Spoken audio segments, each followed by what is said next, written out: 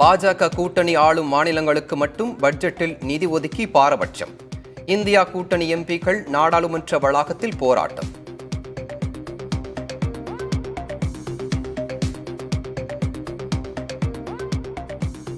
துறை வாரியாகவே நிதி ஒதுக்கீடு செய்ய முடியும்.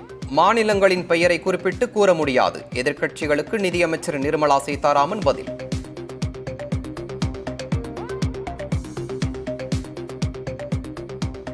தமிழகத்திற்கு ரயில்வே திட்டங்களுக்காக 6362 கோடி ரூபாய் ஒதுக்கப்பட்டுள்ளது. மத்திய ரயில்வே அமைச்சர் அஸ்வினி வைஷ்ணவ் விளக்கம்.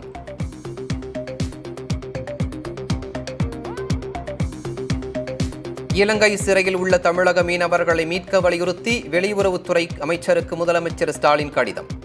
ஜனவரி முதல் தற்போது வரை 250 தமிழக மீனவர்கள் கைது செய்யப்பட்டுள்ளதாக கவலை.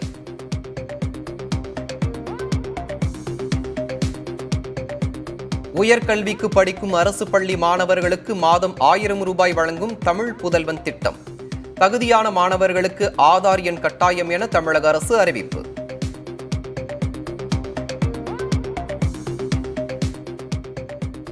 100 கோடி ரூபாய் நில மோசடி வழக்கில் அதிமுக முன்னாள் அமைச்சர் எம்.ஆர். விஜயபாஸ்கருக்கு ஒரு நாள் போலீஸ் காவல். கரூர் நீதிமன்றம் அனுமதி.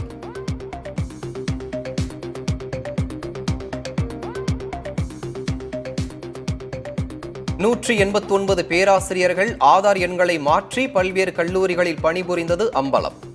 முறைகேட்டில் ஈடுபட்ட கல்லூரிகள் மீது நடவடிக்கை எடுக்கப்படும் என அண்ணா பல்கலைக்கழக துணைவேந்தர் வேல்ராஜ் விளக்கம்.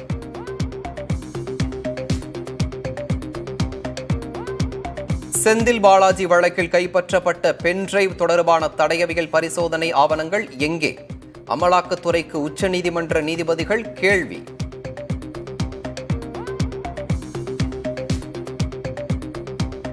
ஆம்ஸ்ட்ராங் கொலை வழக்கில் தேடப்பட்ட ரவுடி சீசிங் ராஜா ஆந்திராவில் தப்பி ஓட்டம்.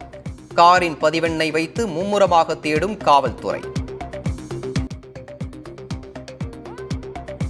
நடிகர் தனுஷின் ராயன் திரைப்படம் வரும் வெள்ளிக்கிழமை ரிலீஸ். திரையரங்குகளில் சிறப்பு காட்சிக்கு தமிழக அரசு அனுமதி.